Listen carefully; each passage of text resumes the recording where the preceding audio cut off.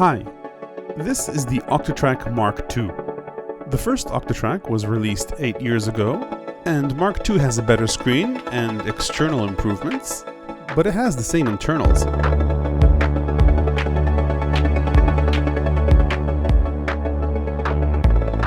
So, does the Octatrack stand the test of time? Does it still do things other machines can't? The answer is in many ways yes, and in some not anymore.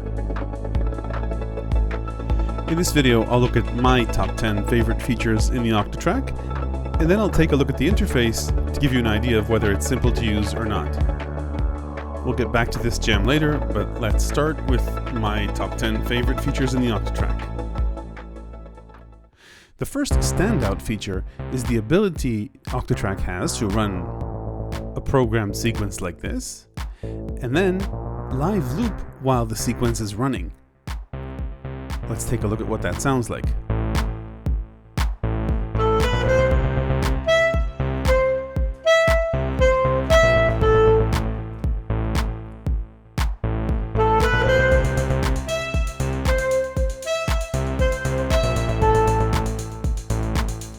Once you've recorded a loop live, it becomes malleable, just like any other sample in the system, including time stretch, pitch shifting, and even this little cheesy delay effect. Now, there are plenty of multi-track live loopers like the Boss RC505 or the EHX 95000, but hardware loopers with an entire sequencer/groovebox workflow on top of them are not easy to come by. Also, there are plenty of grooveboxes, samplers, and drum machines that play samples, but getting samples onto them is typically an offline two-step process. You can import and trim samples, but you can't do all of those things while the pattern is running, not to mention live loop in real time. So the live looping and sampling is what makes Octatrack special, and this applies not just to looping. You can sample anything at any time, chop it, and use it while your track is already running. Sampling, by the way, is always done in stereo, not in mono like most samplers. In terms of live looping controls, you have various quantization options, MIDI control, and overdub capabilities, though there is no undo, which you do have in many dedicated looper pedals. A neat feature in Octatrack is that it lets you start looping without having a sequence running, and then it automatically matches the tempo of any sequences you have programmed to the tempo of your live loop. Another thing that differentiates Octatrack is that where most standalone samplers will have one sample buffer, you bring in your samples, chop them up in that buffer while the sequencer isn't running, and then you can use those samples. The Octatrack has 8 live sampling and looping buffers. Each of those can be set to sample from either the internal audio, resample it, or any one of the 4 inputs, which brings us to our next topic. The second thing that makes Octatrack special is the number of inputs and outputs it has and the way that it handles them. On the output side, any of its 8 tracks can send audio to any combination of the main output pair or the cue output pair. This means that you can, for example, cue samples before your audience hears them, or use one pair of outputs as an effects send. So I could apply an effects send to any one of the internal tracks or to any external input coming in. So here I've got the organelle. This is the dry sound running through the Octatrack, and I can route it to external effects.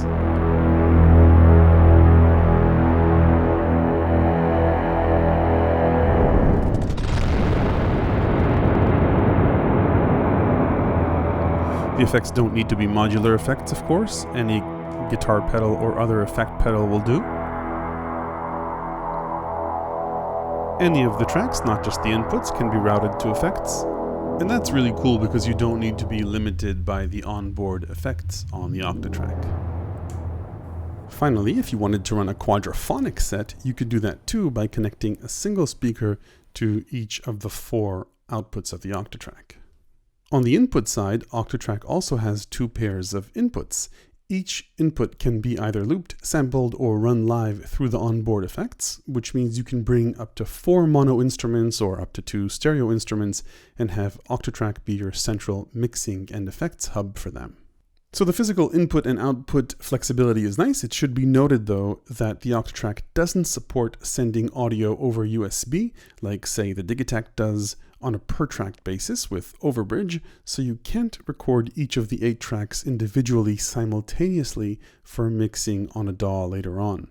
The next thing that I think is really unique to Octatrack is this crossfader and how it handles scenes. You see, this crossfader doesn't just fade from one audio source to the other, but rather it transitions from any set of multiple parameter changes to another.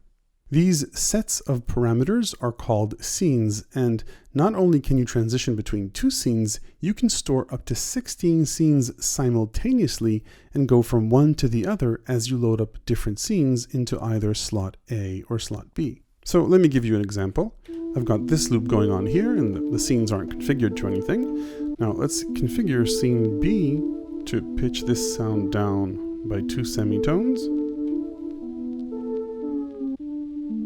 Now I can prepare an alternate scene A, which will pitch it down, let's say 7 semitones, and then move to that.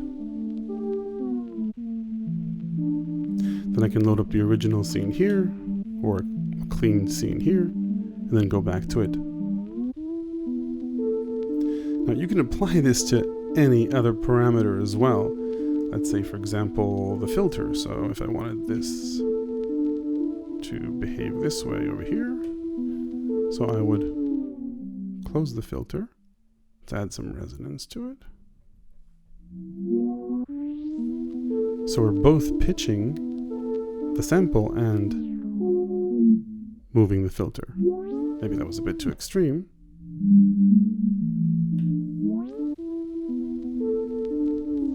So that's the power of scenes.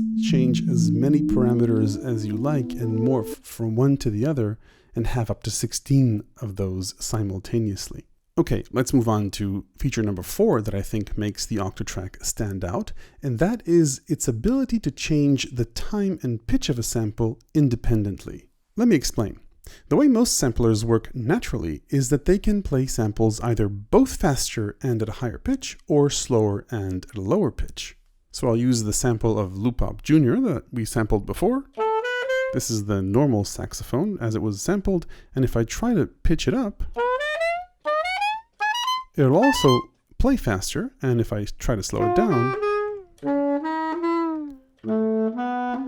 it'll play slower. Now, if that's what you're going for, that's great, and most samplers work this way. It's the algorithmically easy way of doing things, and it yields very interesting results, which can be fun. But the harder thing for samplers to do is to change only one of these parameters, either pitch or time, independently of one another. Ableton Live, for example, has 6 of these different algorithms for different types of audio, some of which aren't even available in the cheaper versions of Live. Octatrack offers 2 types of time stretching algorithms. I'll turn it on, and it can be either normal or a beat-oriented or transient-oriented time stretching algorithm. Let's put it at normal. So check out what happens now when I try to repitch the sample. This is the original pitch and speed, and if I pitch it up, it'll play at the same speed. Same for pitching down.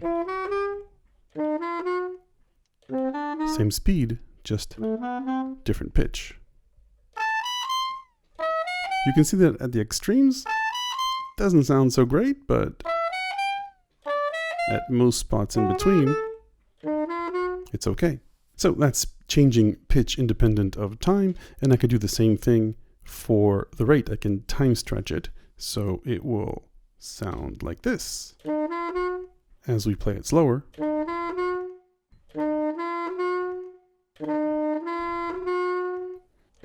Now, the slower I play this, the more it gets granular and starts to break down. But it, anywhere from this to this, it sounds pretty nice, and you can reverse it too, by the way. Now this works not only for individual samples, but for entire loops. Right, so I can go here, slow this loop down, and the sample will slow along with it. This is a sampled loop, as well as faster, of course. Same pitch, just different rate. So the cool thing about this is that you can bring in any loop you sample or any loop from a sample library and pretty freely change its pitch or tempo to make it part of your project. The next standout feature for the Octatrack is its sample slicing capabilities. The ability to chop up a sample here is pretty much as good as what you'd find in a typical software program, including finding zero amplitude crossings using the function button, creating looping points, and the ability to add fade-ins and fade-outs. Aside from trimming samples like this, you could also bring up a sample that has multiple slices in it, for example this one, and with just one simple command, slice, chop it up into as many slices as you wanted. So for example, I'll chop this up to 32 slices, which is the amount of samples in this particular sample. And now I've got this all nicely sliced up and ready to be played individually. Once you've chopped up your main sample, every single slice is available as a modulatable parameter for that particular sample slot. So for example, this I could change very simply to any one of the samples, any one of the slices in this sample. The sixth interesting workflow twist or feature that Octatrack has is that you can play its sequences separately from each other and independently of whether the main sequencer is running. So let me explain. I've got 3 samples here. I've got a simple sequence for each of them, and they all play together when I press play and stop when I hit stop. These 8 buttons, by the way, represent each of the 8 audio tracks of Octatrack. Now I can take any one of these patterns and rip them out of the main sequence and then have them play independently using one of these 8 buttons. For that I go into the pattern settings, I'll go into tracks 5, 6, and 7, and then if I enable plays free on each of them, and then 4, 7, right? They'll no longer play when the sequencer is running. Rather, I can trigger them individually using these buttons. So I can trigger the kick pattern, or the hi-hats, or the snares. I can trigger them together if I wanted. Or I can trigger one, and then later have the other one come in wherever I want, whether it fits or not. Right? And you can have samples just trigger once and so on. So this is a very powerful tool to have sequences and patterns play regardless of the main sequencer, just have them triggered whenever you want. So that's the plays free option. Another relatively unique feature to Octatrack is that it can stream very large files from its compact flash card. Its internal RAM memory is about 85 megabytes, which is several minutes of stereo sampling time. But if you need to stream entire songs, you can do that from the compact flash card. Let's move on quickly. The next impressive feature in Octatrack is the number of LFOs and envelopes it has. Each track has 3 LFOs, which can also run as one-time envelopes. And aside from the LFO shapes you'd typically expect, like triangle, saw, and square, it also has a custom 16-step LFO designer with smoothing. So let me show you how this works. I've got this sample going on here. And I'll go into the LFO of this track, and I've got it set to this sort of ramp wave. And if I turn up its depth, it will do this, and I can change the rate.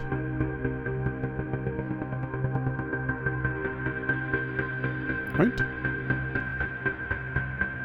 So that's a basic and nice LFO shape, but you can go in and create up to 8 custom designed LFO shapes.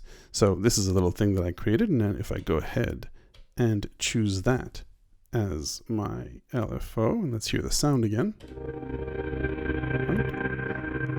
And I can change its speed. By the way, the sequence you heard in the beginning of this video was done using this LFO designer. So this takes a while to edit. Let's restart this. You can, on a per step basis, choose if you want immediate transitions or to smoothen them in a diagonal slope. You can change the rate of these sequences or time them to the tempo, and you can make 8 of these simultaneously. Octatrack also has 2 effects slots per track. So for example, I could choose to, well, let's take a listen to the filter here with resonance if we wanted. Or I could choose any of the other effects, let's say chorus.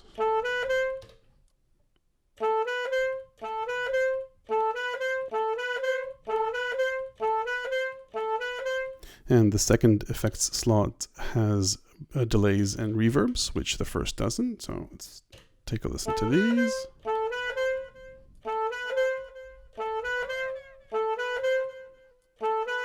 Right, or the reverbs. This one is probably my favorite here.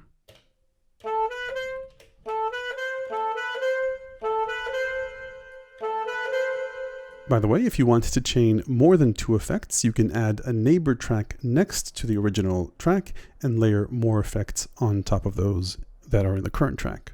Now the Octatrack effects are okay, but this is where it starts to show its age a bit, certainly compared to Elektron's newer machines like the Digitact or Digitone, which have really nice long reverbs, and the chorus and delay effects are nice there too, though these aren't too shabby, just like I said, showing their age a little bit compared to newer ones.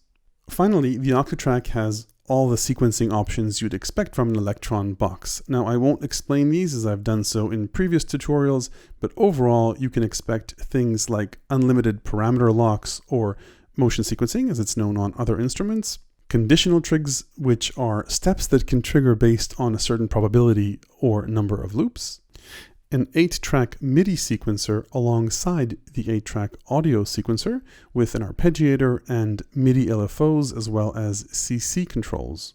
MIDI LFOs are actually quite a unique feature in this and the other Elektron boxes. It should be noted though that Octatrack can't sequence MIDI over USB. It does have a USB input, but that's more for file transfer, and you'll need a little USB to MIDI adapter if you want to have Octatrack sequence other devices over USB. Octatrack also has an arranger for creating songs out of multiple patterns, and it also has a quick pattern sequencing feature. So if you want to just quickly chain a few patterns, hold the pattern button, choose the patterns you want to sequence, and they'll be tied one after the other. You can also use Octatrack as a synth with single cycle waveforms, and finally tracks can have different polymetric lengths and run at different speed multiples, something that actually you can't get on other modern Elektron machines and is a really nice feature. Okay, so those are all the great things that Octatrack can do. So what are the limitations? Well, as with any powerful piece of hardware or software technology, the biggest question I think is, how easy is it to use? Complexity and flexibility are 2 sides of the same coin. You can't have one without the other, unfortunately. Now with Octatrack, there's definitely a learning curve. Chances are this isn't just something you're going to figure out on your own without reading the manual or watching a good amount of tutorials online. I found that the easiest way to learn Octatrack is to have 2 copies of the manual open on your screen, one that you read through, say, on the left, and another on the right so that you can jump to places that are referenced every now and then on the left. Now, since it doesn't make sense for you to read the manual without having a unit, let me throw at you what I think are the most complex things about Octatrack so that you can see if it's too complex for your taste or not. Let's start with the easy complex stuff. As I mentioned before, there are 8 audio tracks, and each track can be one of 6 track types, or machines as they're called here, but with some overlapping functionality, so there's not really 6 independent things to know about. There are static, flex, through, neighbor, pickup, and the 8th track can also be a master track. So let's take a look at track types briefly. Like I said, there's static, flex, through, neighbor, and pickup, and then you can configure the 8th track to be a master track in the config menu. Static and flex tracks are very similar. The main difference is that static tracks play samples from the compact flash card, and flex tracks play samples from the internal memory. Other than that, both of these track types are very similar, except that static tracks might not work well with fast sample start point modulation, and another advantage that flex tracks have that static tracks don't is that they can play audio from the recording buffer slots, whereas static tracks can't. More on buffers in a bit. Aside from that, both tracks have the same amp, LFO, effects, controls.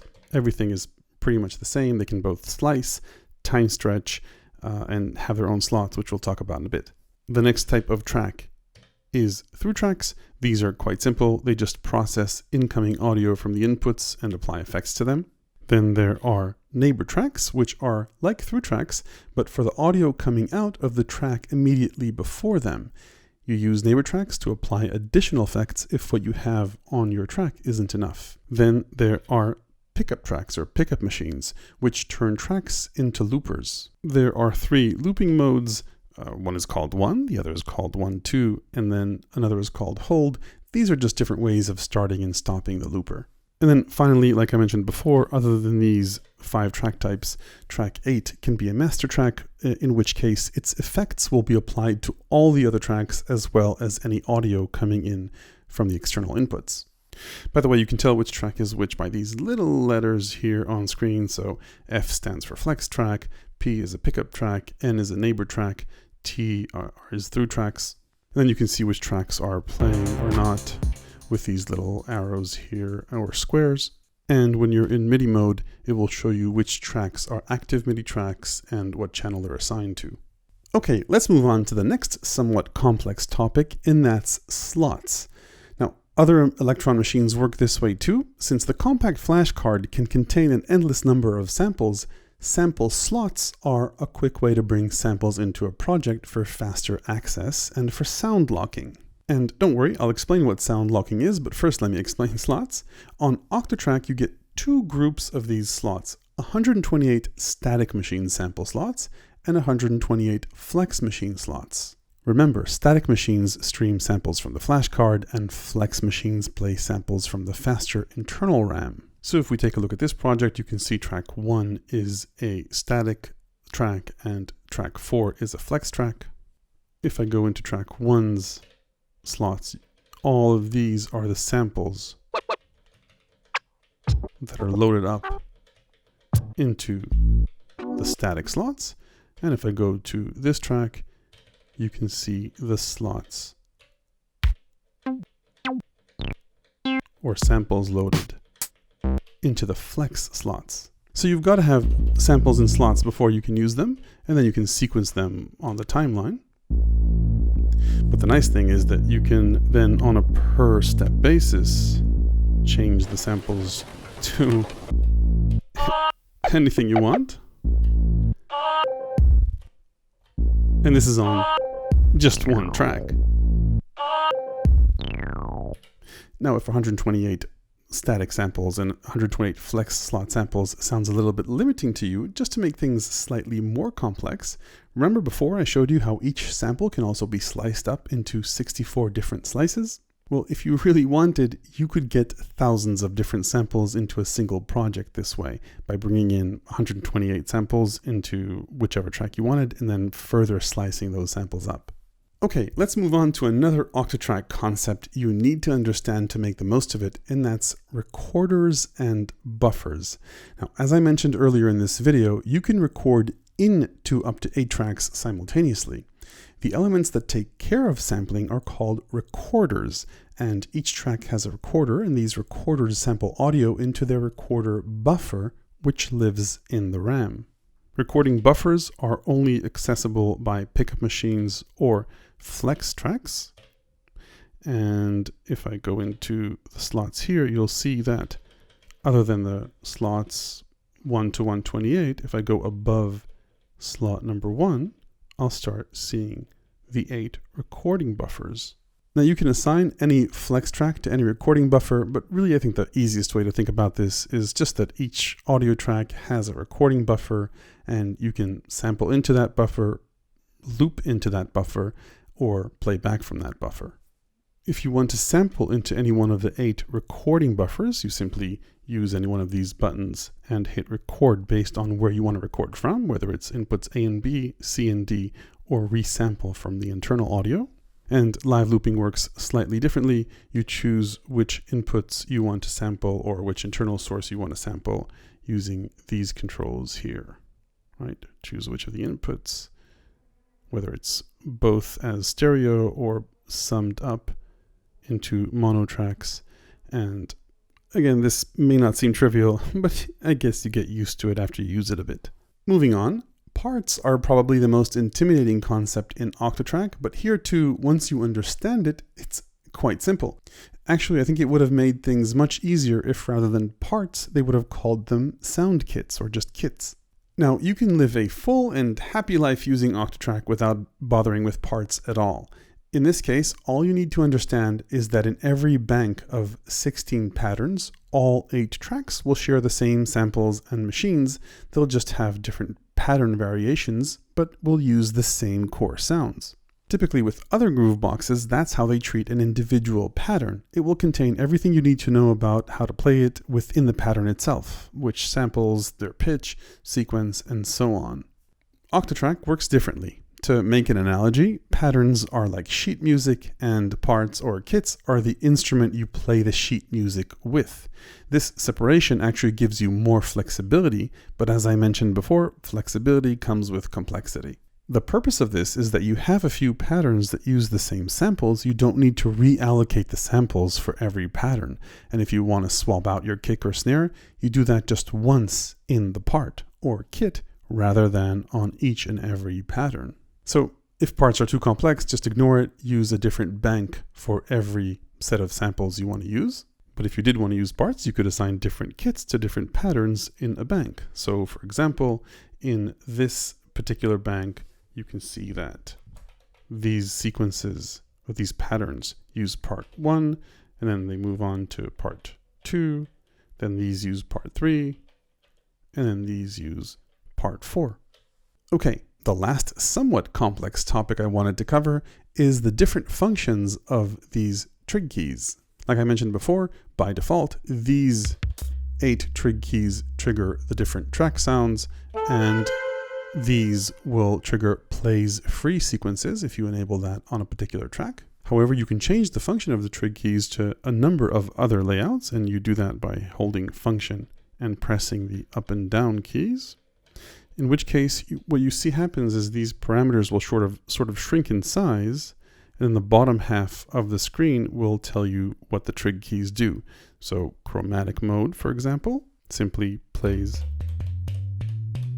the sample chromatically.